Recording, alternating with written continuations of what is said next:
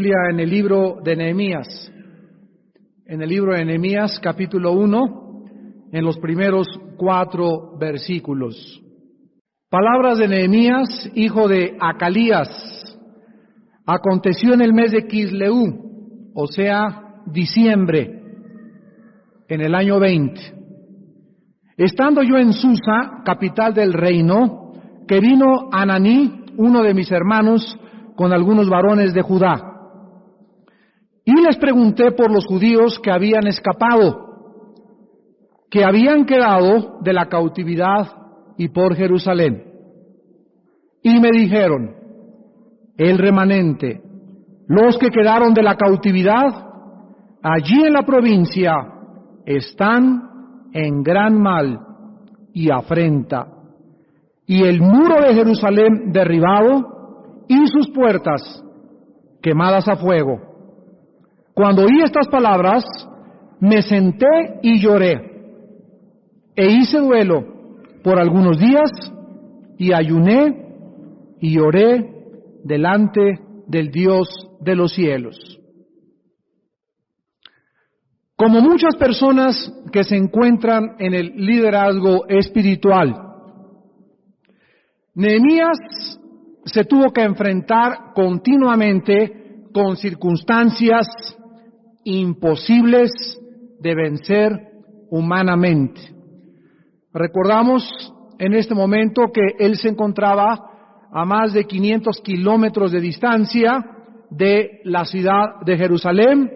Se encontraba él en la capital de lo que fue el reino persa, el reino medo-persa, que fue gobernado por el rey Artajerjes Longimano entre los años 464-423 antes de Jesucristo.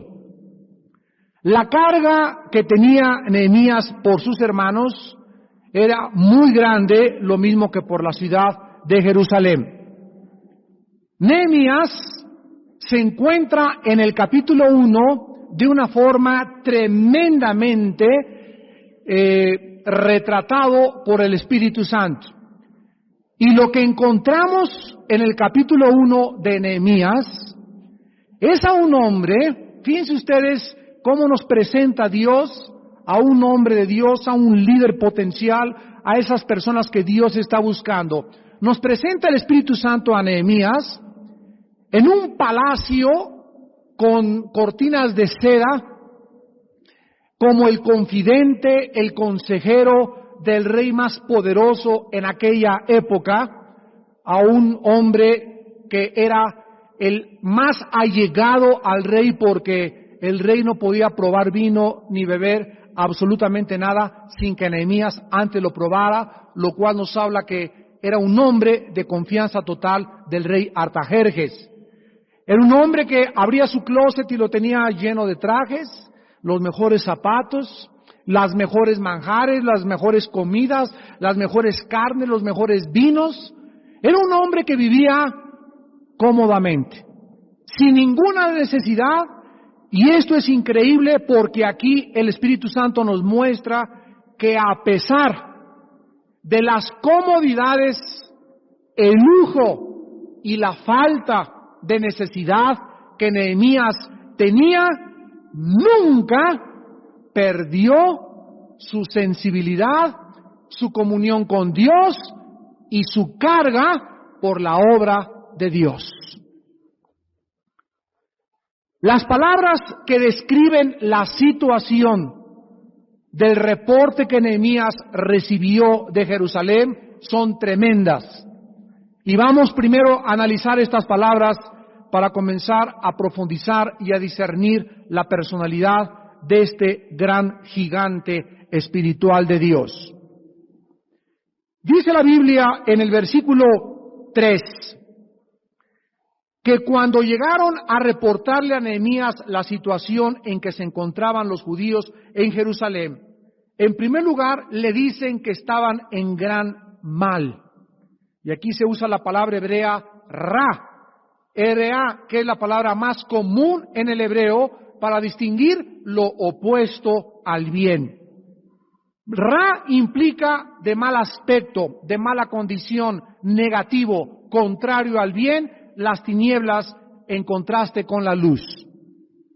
En segundo lugar, dice Nehemías que le dijeron que además se encontraban en grande afrenta.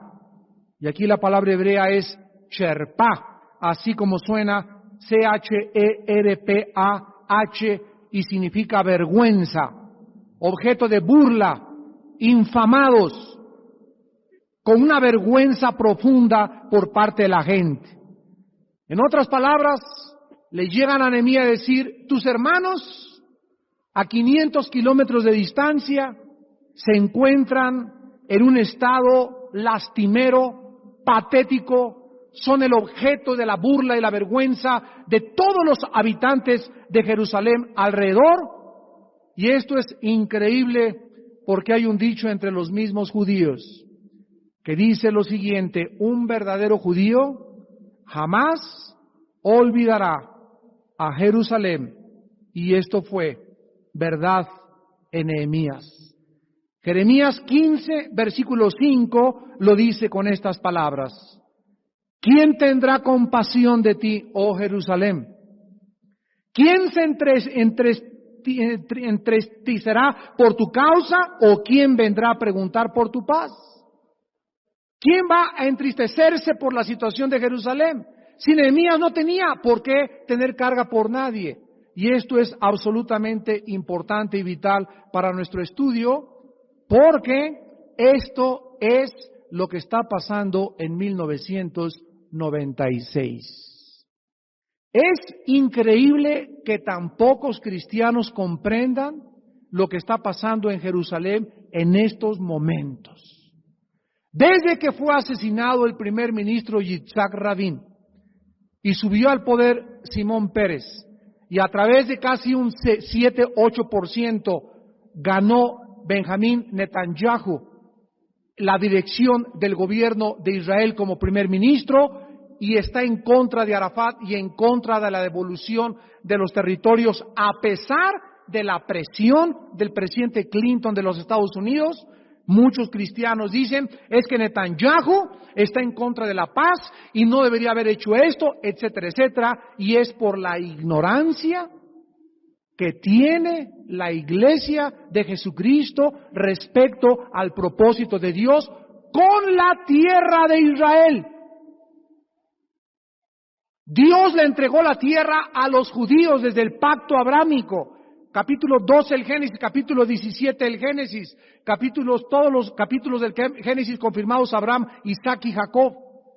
Y Dios está relacionado con la tierra de Israel como lo está con nosotros, que somos su iglesia. Y ahora que Netanyahu dice, no voy a negociar, aún en Washington Clinton lo presiona, y cuando dan una entrevista a la prensa los dos, él dice, a mí no me interesa ni que sea Estados Unidos, no devolvemos los territorios. En ese momento nosotros nos damos cuenta que estamos muy cerca en que el mundo le abandone absolutamente, política y diplomáticamente, a el país de Israel. La Biblia nos muestra que Israel se tiene que quedar sin apoyo. Israel se tiene que quedar sola. Y el último presidente, Clinton, que está ahorita en Estados Unidos, es el último presidente de Estados Unidos que le ha dicho a Israel, devuelve las tierras porque no nos conviene tener problemas con los árabes. Es más importante el petróleo para nosotros y el suministro del crudo que tus problemas religiosos, étnicos, teológicos con la tierra de Israel. Israel se dividió ya ahorita entre los ortodoxos y entre los liberales, los que creen que la tierra es de ellos y los que dicen qué tierra ni qué nada. Firmen la paz a como dé lugar, devuelvan las tierras y hagamos aquí un gran Carrefour, un gran Kmart, un gran supermercado y entremos al comercio mundial. Y nosotros sabemos que Israel va a ser rodeada por todas las naciones, como lo fue la nación de Irak en la guerra del Golfo Pérsico, demostrándonos en la historia que el mundo ya es capaz de rodear el mundo entero a una nación en el Asia Menor en menos de 2 semanas. Así pues, Jeremías profetizó, ¿quién tendrá compasión de Jerusalén? Y recuerden que a nosotros se nos manda orar por la paz de Jerusalén. El cristiano tiene que entender que la iglesia no tomó el lugar de los judíos. El lugar de los judíos aún sigue vigente para Dios. Fueron desgajados del olivo silvestre, del olivo natural. Y nosotros fuimos insertados, fuimos engajados, fuimos trasplantados. Pero no podemos, dice Romanos 11, ensoberbecernos. Porque no es la rama las que sustentan a la raíz, es la raíz la que sustenta a las ramas. Y la iglesia no tomó el lugar de Israel. Dios va a acabar con Israel, con el pueblo de Israel, con la nación de Israel, con la ciudad de Jerusalén, y aparte otra cosa es la iglesia. Una cosa es Israel, otra cosa es la iglesia, lo dice Romanos 9, 10 y 11, y todo el libro de Apocalipsis. Así pues nosotros tenemos la bandera de Israel. ¿Por qué? Porque creemos que Dios no ha acabado con esa nación, porque Jesucristo era judío, Israel viene y es la tierra prometida para nosotros. Vamos a vivir nosotros en esa tierra, tal vez sea la misma bandera que vayamos a usar, y no podemos abandonar a los judíos como los abandonó el mundo entero en la Segunda Guerra Mundial. No fue Hitler solamente el culpable en la Segunda Guerra Mundial, sino que Polonia, Checoslovaquia, principalmente Polonia, Checoslovaquia, Austria, le cerraron la puerta a los judíos. Y no quisieron que entraran, y por ello Dios ha juzgado, como casi a nadie en el mundo, a Europa desde antes de la Segunda Guerra Mundial. La Biblia dice, el que te bendiga Israel, lo voy a bendecir, el que te maldiga, lo voy a maldecir.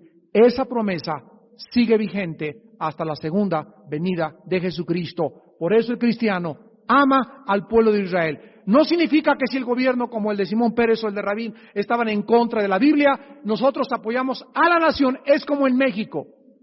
Si yo digo amo a México, no significa que estoy de acuerdo con la política del gobierno, porque la política del gobierno puede ser diferente y puede ser antipatriótica. Yo amo el destino de mi país, pero no significa necesariamente, repito, que estoy de acuerdo con todo lo que hace el gobierno. Lo mismo hacemos los cristianos cuando decimos apoyamos a Israel. Apoyamos a la nación, al pueblo identificado con el Mesías, al pueblo identificado con las promesas, al pueblo que espera la venida de Jesucristo.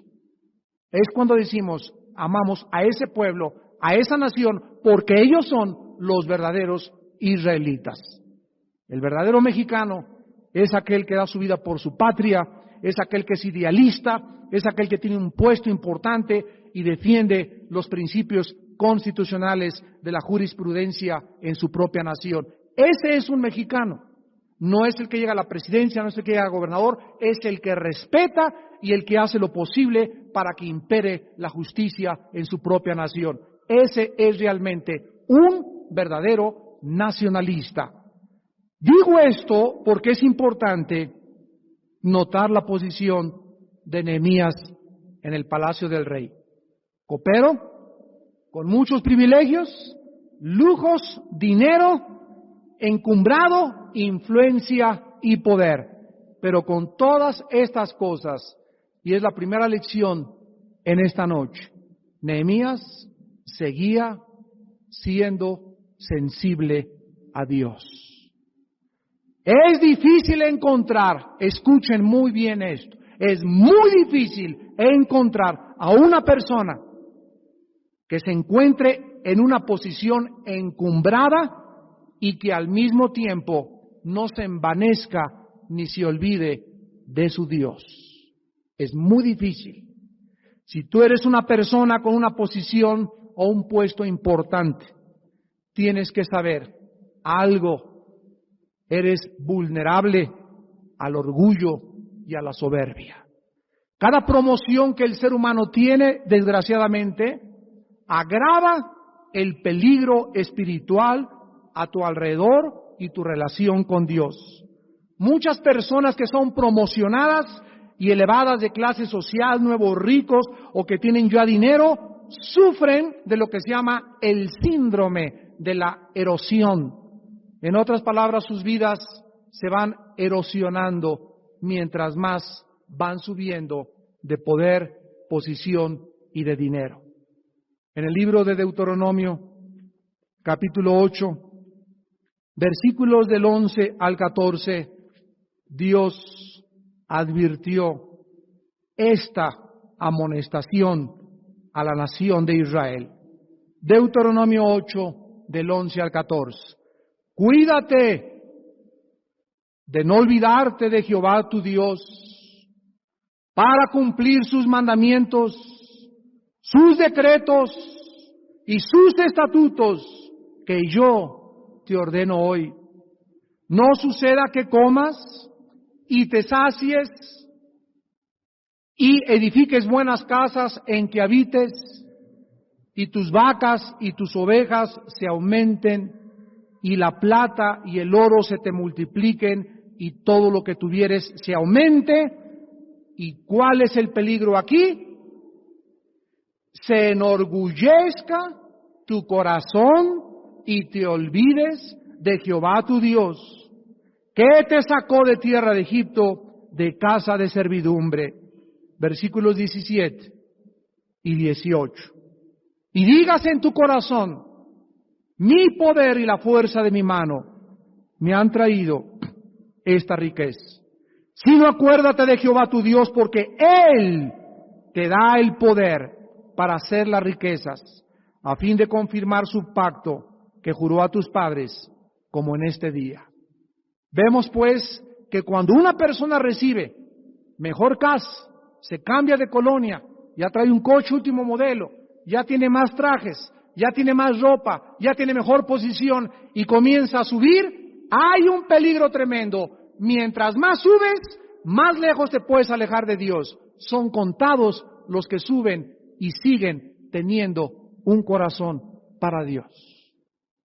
Hermanos en Jesucristo, las marcas de un líder de Dios, las marcas de una persona que no se ensoberbece, las encontramos en el versículo 4 del primer capítulo de Nehemías.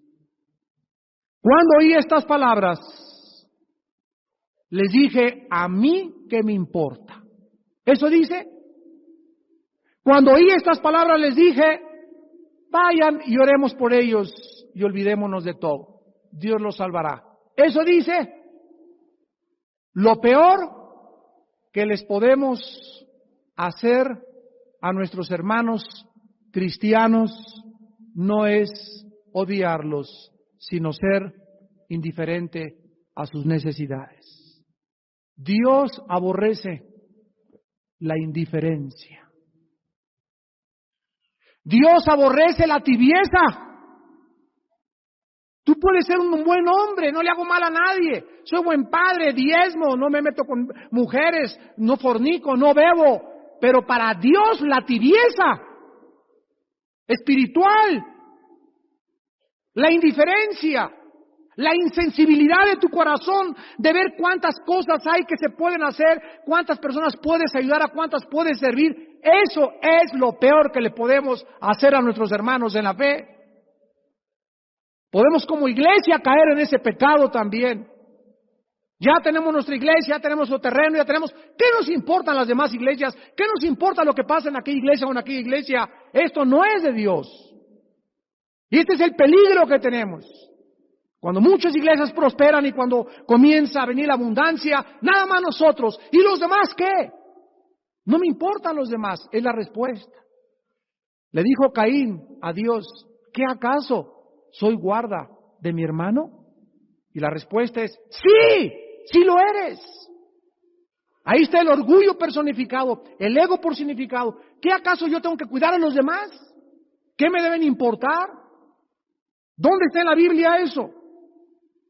Primera de Corintios capítulo 2, en el Nuevo Testamento. Dejemos el Antiguo Testamento y veamos la perspectiva que Dios tiene de la iglesia. Versículo 14 al 21. Además, el cuerpo no es un solo miembro. No somos solamente Vía Nueva para México, no es solamente la iglesia presbiteriana, no es solamente la iglesia bautista, no es una persona, no es el Papa. Si dijera el pie, porque no soy mano, no soy del cuerpo, por eso no será del cuerpo. Y si dijera la oreja, porque no soy ojo, no soy del cuerpo, por eso no será del cuerpo. Si todo el cuerpo fuese ojo, ¿dónde estaría el oído? Si todo fuese oído, ¿dónde estaría el olfato? Mas ahora Dios ha colocado los miembros, cada uno de ellos en el cuerpo como Él quiso. Ni el ojo puede decir, versículo 21, a la mano, no te necesito, ni tampoco la cabeza a los pies, no tengo necesidad de vosotros.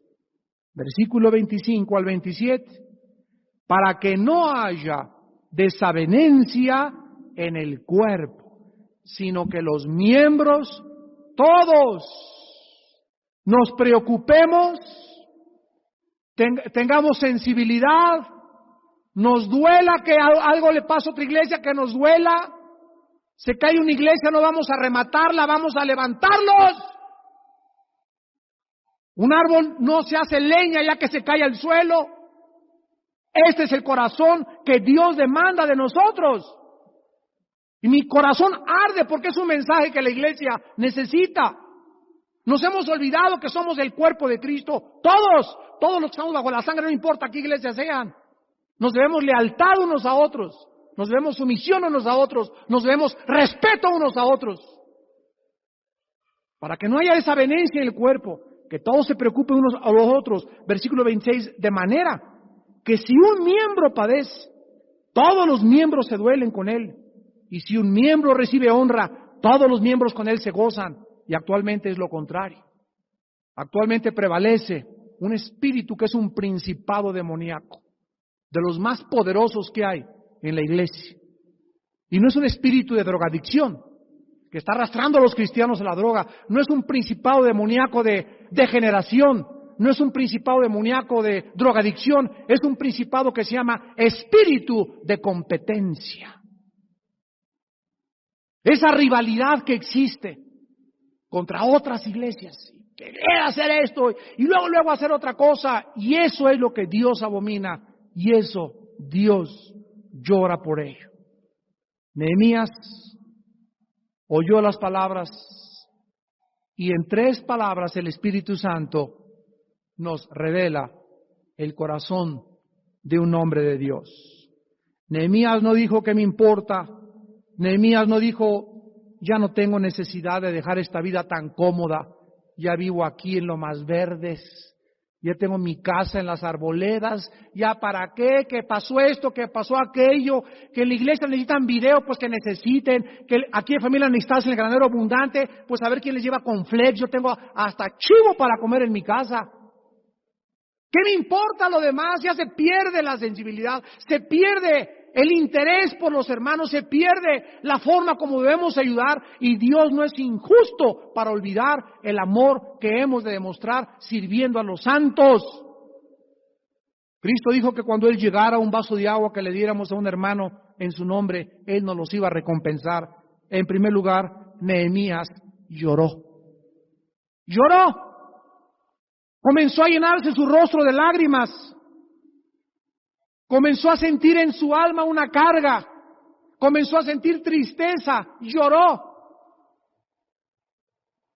Una de las marcas más grandes de un hombre y una mujer de Dios es la facilidad con la que lloran. ¿Hace cuánto tú lloraste por algo que oíste?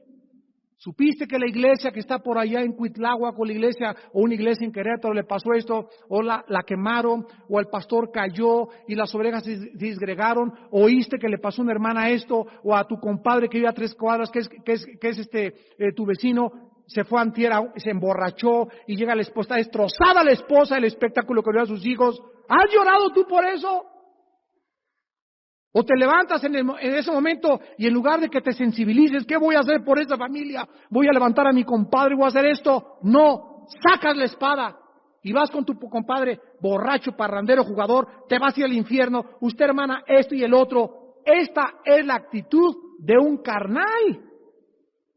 Lloras por el pecado que hay en el mundo. ¿Han llorado ustedes por la ola de pornografía de México? ¿Saben ustedes, jóvenes, que en el 97 y en el 96 van a venir más grupos de rock? Viene Iron Maiden, vino Michael Jackson, los Rolling Stones, Bon Jovi, y van a seguir viniendo cada mes al Palacio de los Deportes y al auditorio grupos de rock pesado, metálico, diabólicos, endemoniadísimos, a envenenar millones de almas. ¿Y cuántos de ustedes están llorando? Señor, Señor, reprende a Satanás. Oh Dios, cuántos jóvenes de mi edad, hermanitos míos que están chicos, que van a crecer, van a recibir ese veneno. Oh Dios, cuántos de los estudiantes de mi escuela están tan metidos en ese rollo del rock pesado, y yo aquí con mi Coca-Colota y mi torta, y digo que soy cristiano de la secreta. Esta es la sensibilidad que necesitamos tener. Nos tiene que doler el pecado, nos tiene que doler lo que pasa a nuestro alrededor. La condición de México es lastimera. Créamelo con toda mi alma, se los digo con todo mi corazón. No creo que en los últimos 6 meses haya dejado yo de llorar un día por México. Leo el periódico diario y me pongo a llorar. ¿A dónde vamos? ¿A dónde vamos? Tantas mentiras, tanta falsedad, tanta debilidad, tanta falta de liderazgo. ¿A dónde vamos? Roma y el gobierno se han aliado. Herodes y Pilato se unieron para crucificar a Cristo. Necesitamos de alguna manera sacudir los cimientos de la conciencia moral de la gente en México. Lo necesitamos hacer, porque somos los únicos que tenemos la luz. Pero para hacerlo se necesita, ¿qué cosa? Carga. Se necesita tener carga. Vean ustedes en Ezequiel capítulo 9, que cuando Dios juzgó a Jerusalén su ciudad amada, mandó a los ángeles a que acabaran con todos, niños, mujeres. Pero Dios le dijo a los ángeles que no tocaran solamente a un tipo de judíos. En el Éxodo, Dios le dijo al ángel destructor: las casas que tengan sangre en el marco de la puerta, no entres. El que habita al abrigo del Altísimo mora bajo la sombra del Omnipotente. Los que están bajo mi sombra no son tocados. Guárdalos. El ángel veía la sangre y pasaba sobre esa casa. De ahí viene la palabra en inglés Passover, pesaje en el judío, que significa Pascua, significa pasar por arriba de ella. Y cuando vino el juicio contra Jerusalén, dice el versículo 4 de Ezequiel 9, le dijo Jehová: pasa por el medio de la ciudad, por en medio de Jerusalén, y ponles una señal en la frente a los hombres que ¿qué? Solo los hombres que estaban, oh Dios, México, Señor, está pudriéndose, oh Dios, mi familia, Señor, se está deshaciendo, oh Dios del cielo, a las personas que estaban gimiendo, llorando como Nehemías, a esas personas, márcalas, porque esas personas, dice el versículo 4, claman a causa de todas las maldades, abominaciones, depravaciones, inmoralidades que se hacen en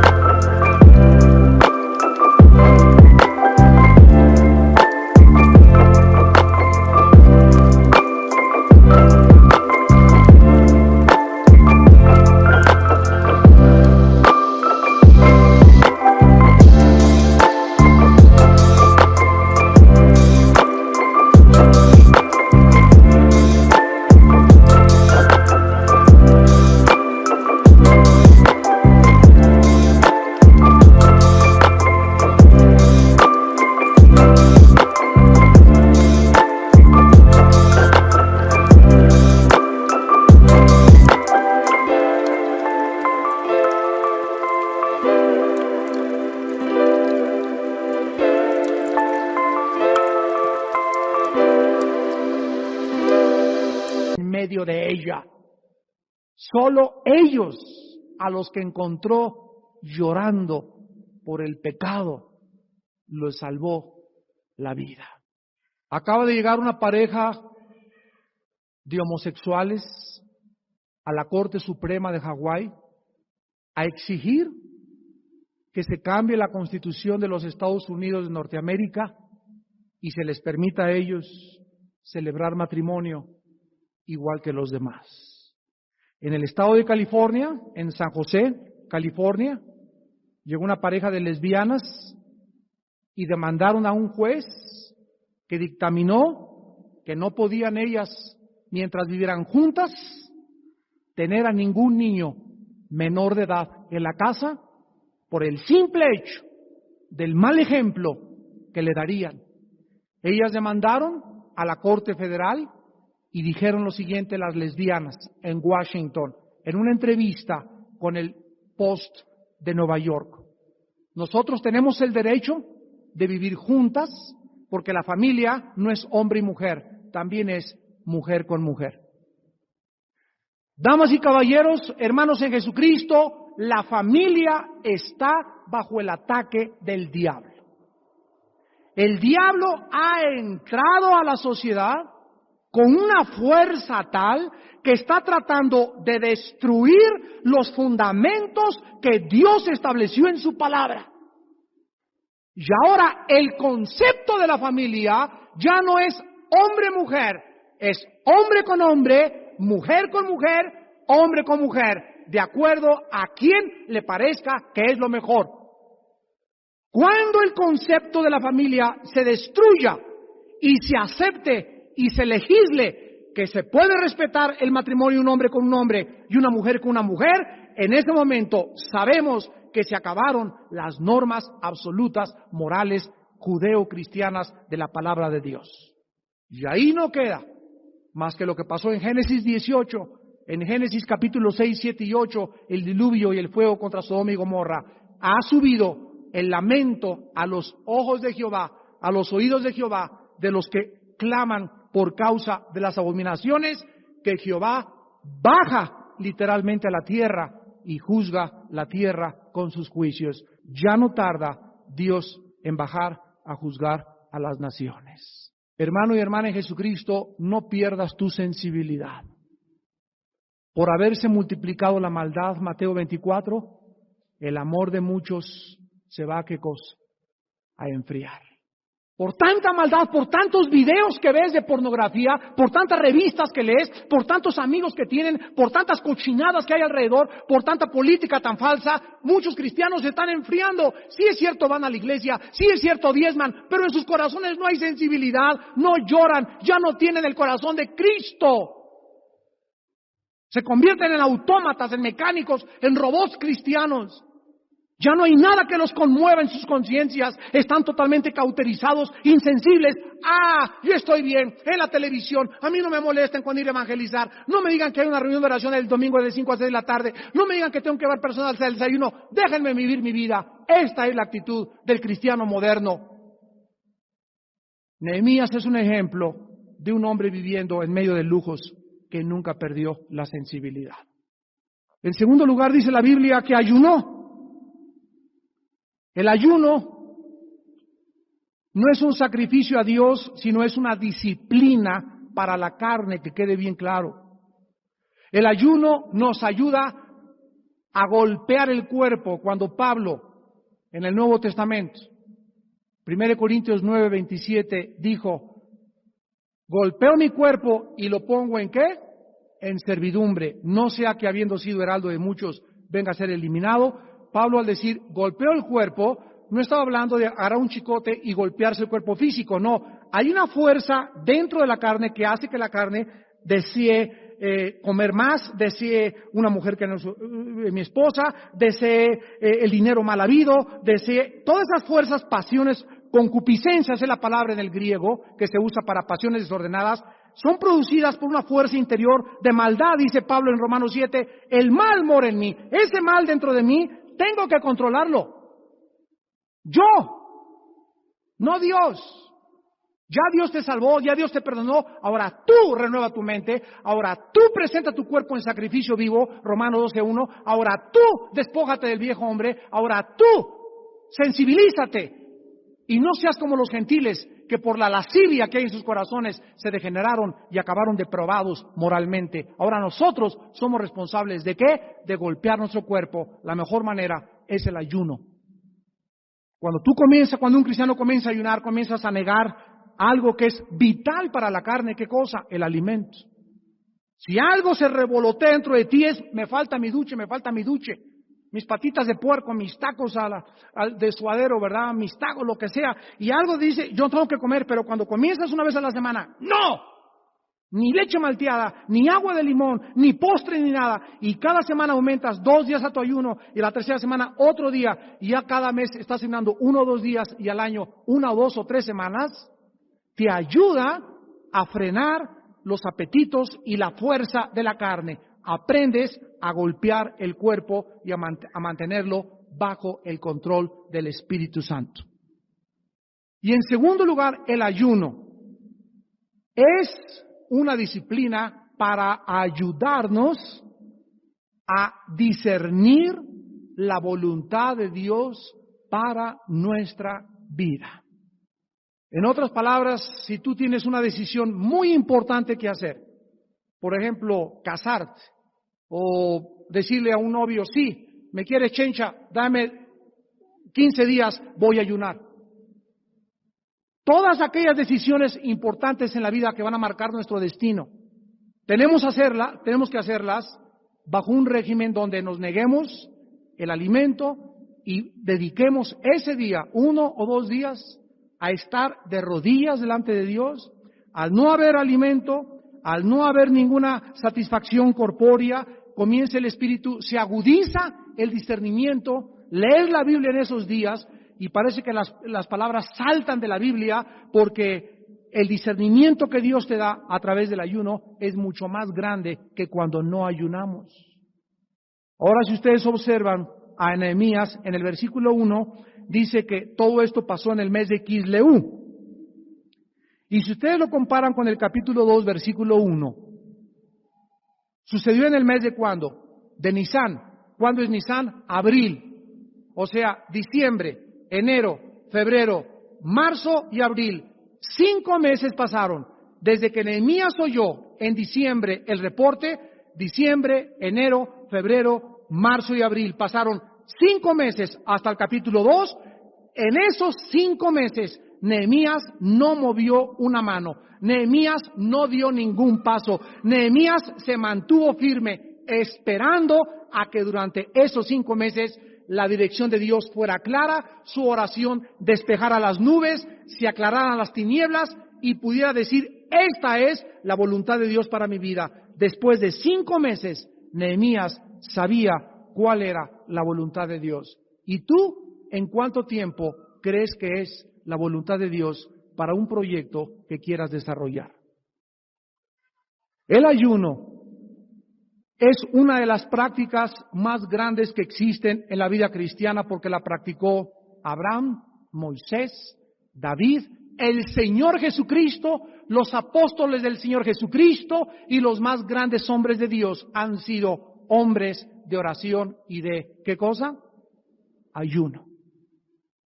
¿Hasta dónde quieres llegar en tu vida espiritual? Lo determinarán 2 cosas. Tu tiempo que tengas con Dios en oración y la forma como controlas tus apetitos sexuales. Antier, en la Iglesia del Sur, les recomiendo la conferencia Heridas del Alma, hablamos de que ningún cristiano que tenga problemas sexuales puede servir a Dios.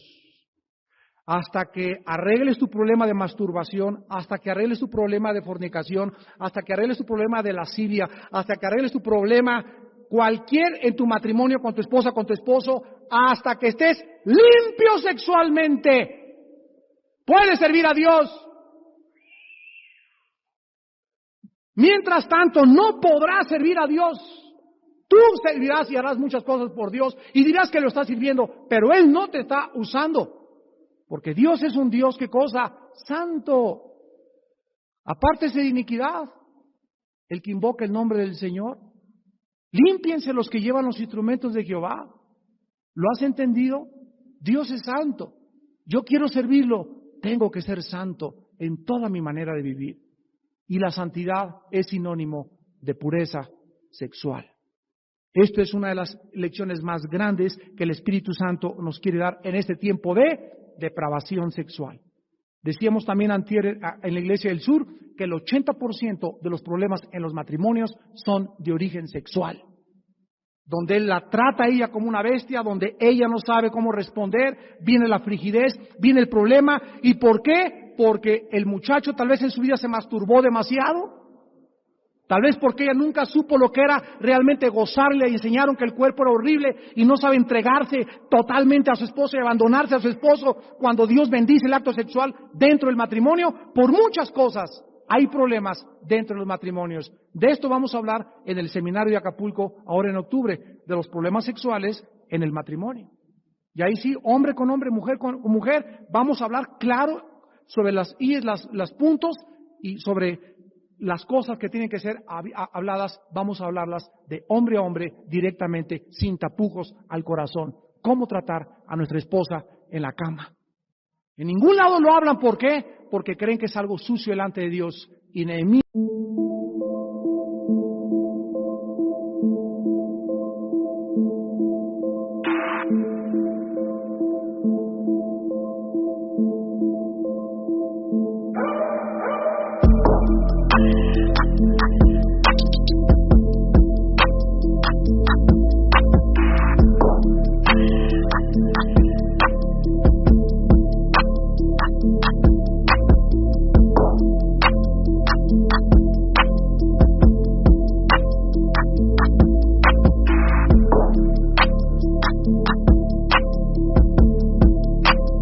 habías entendido, ni siquiera te imaginabas.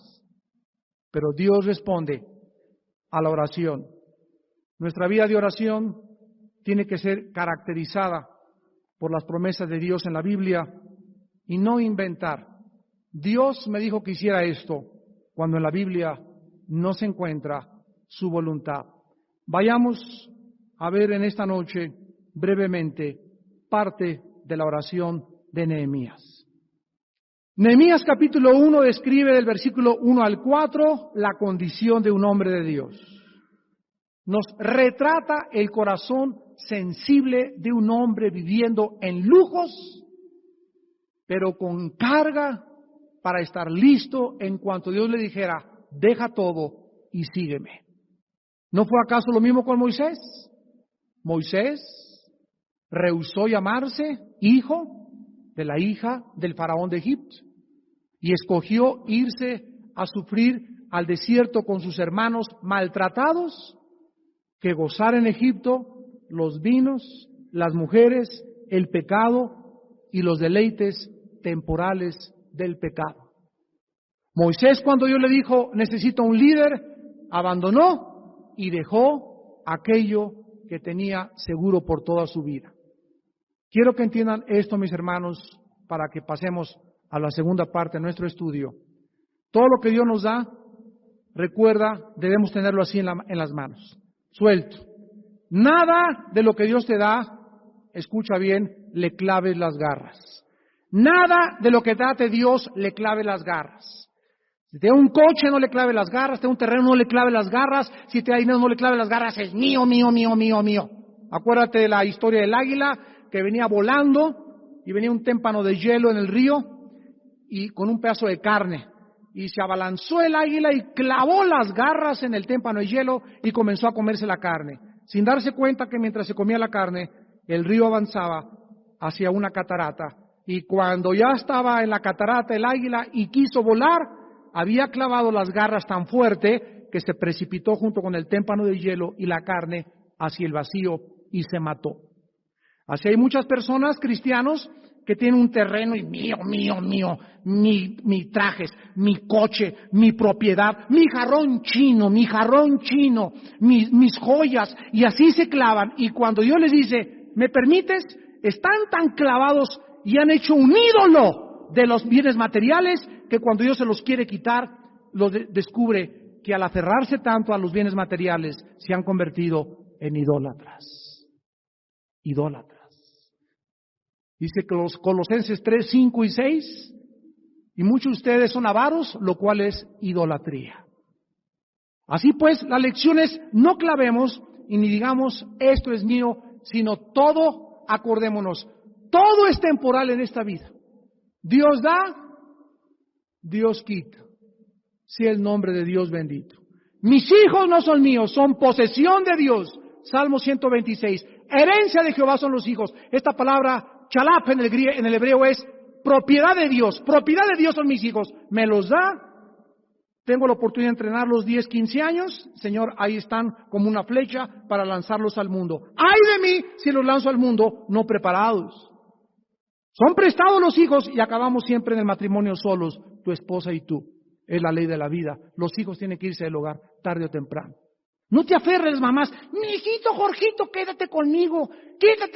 Y ahí está el pobre y lo enferman mentalmente al niño y no se casa. Y hay jóvenes y mujeres que no se han casado porque los papás son tan posesivos con ellos que creen que van a vivir toda la vida con ellos y no dejan que se cumpla la ley. Dejará el hombre a su padre y a su madre, Génesis 2:18, y dejará a sus padres y se unirá a su mujer y serán una sola carne. ¿Por qué? Porque se aferran al hijo, se aferran al dinero, se aferran a su carrón chino, se aferran y mío. No hay nada que sea nuestro. Todo viene de Dios y Dios da y Dios quita cuando Él quiere.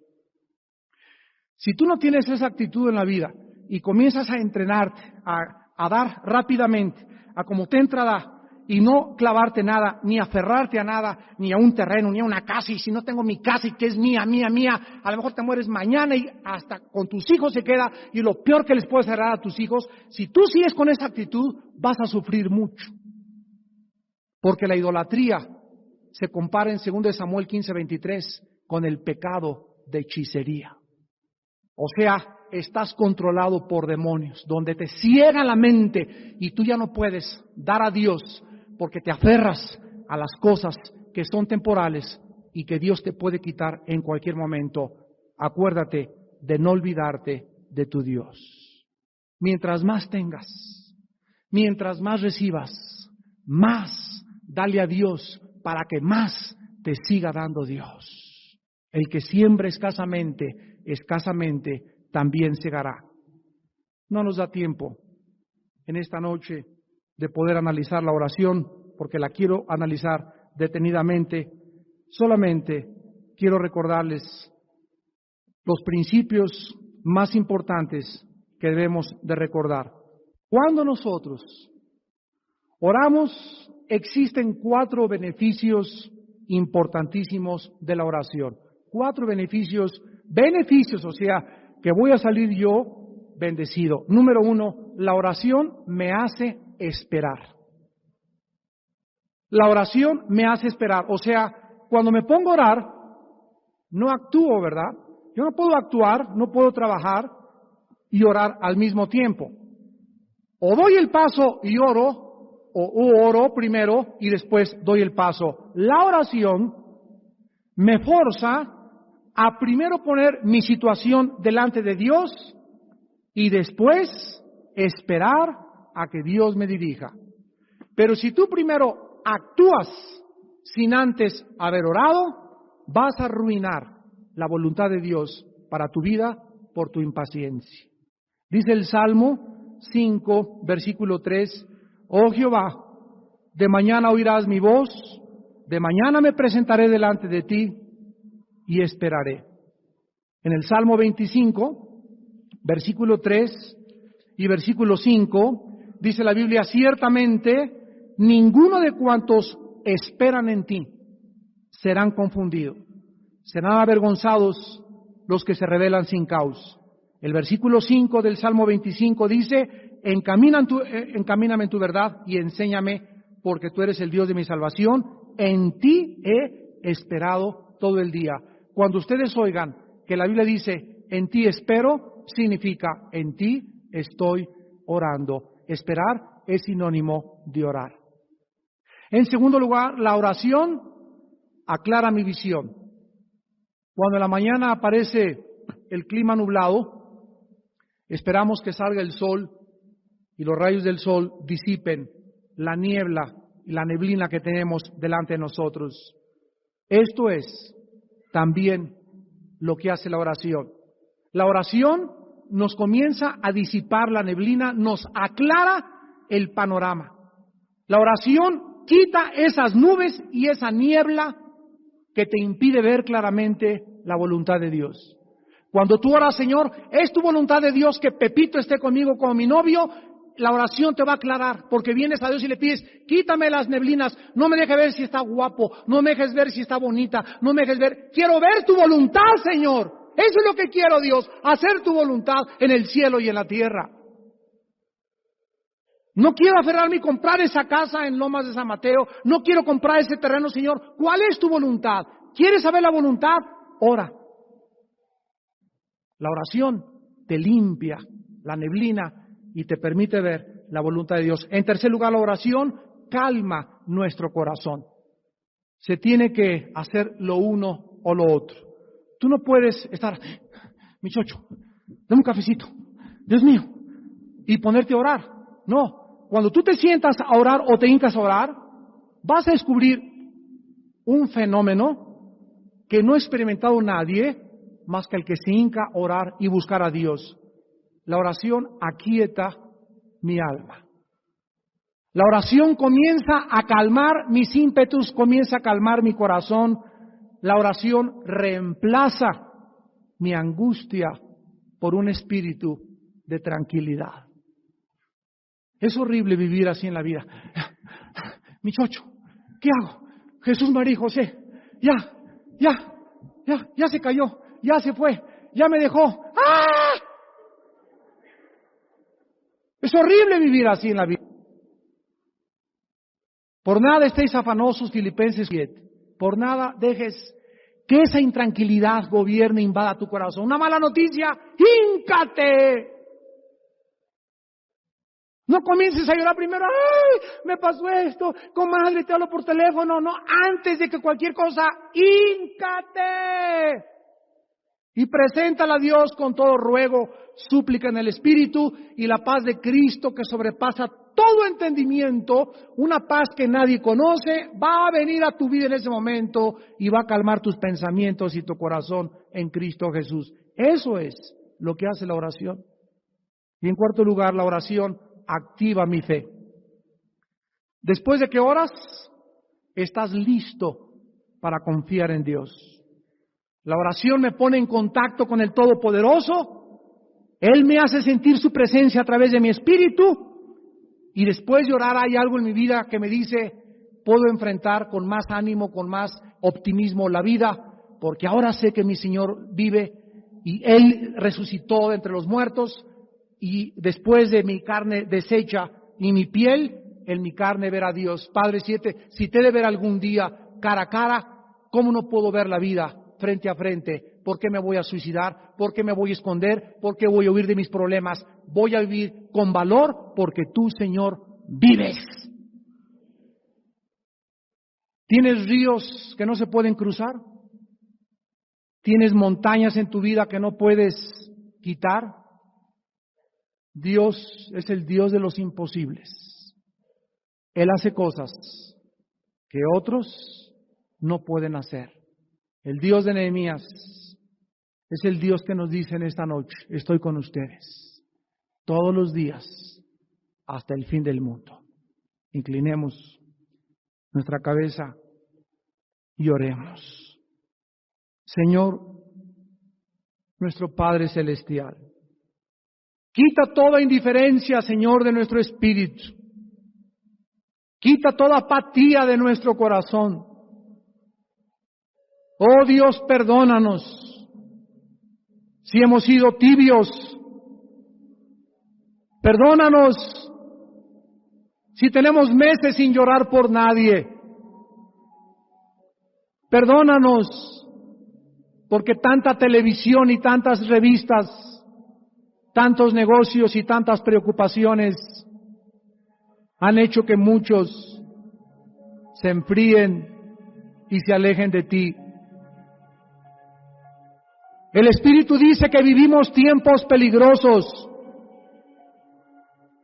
El Espíritu dice que vivimos tiempos amenazadores.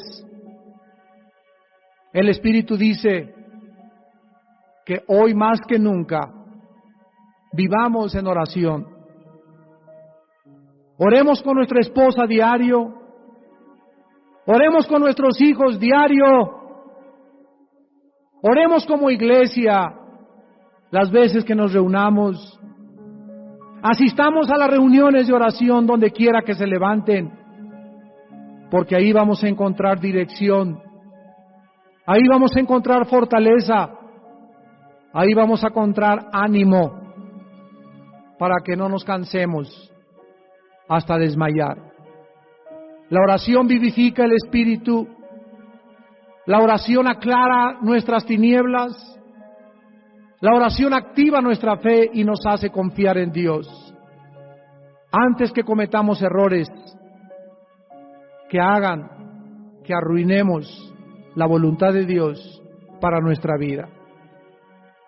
Muchas parejas que se han casado han arruinado sus vidas para siempre al haberse casado con el hombre que no era de Dios, con la mujer que no era de Dios, porque no quisieron darse tiempo para orar.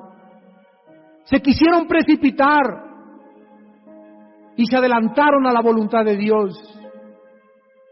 Y su cosecha es muy triste y muy lastimera. Nadie que se adelante a la voluntad de Dios puede prosperar. Espera, dice el Señor, espera en mí, y yo haré. Yo te concederé las peticiones de tu corazón. Encomienda a mí tus caminos, dice el Señor, y yo haré. Si a mi hijo no lo perdoné, ¿acaso crees que no te daré todas las cosas? Pero el problema humano es el problema de la impaciencia. El que cree no corra ni se apresure, dice la Biblia. Aprendamos a esperar. Oh Dios, de mañana nos levantaremos y esperaremos en ti. Márcanos, Señor, nuestro destino. Guíanos a través de tu oración y enséñanos a orar en el Espíritu para que tu Hijo Jesucristo sea glorificado, en quien oramos y a quien le damos la gloria, la honra y el poder por los siglos de los siglos. En tu nombre, Jesús, en tu nombre santo, Santo de Dios. Amén.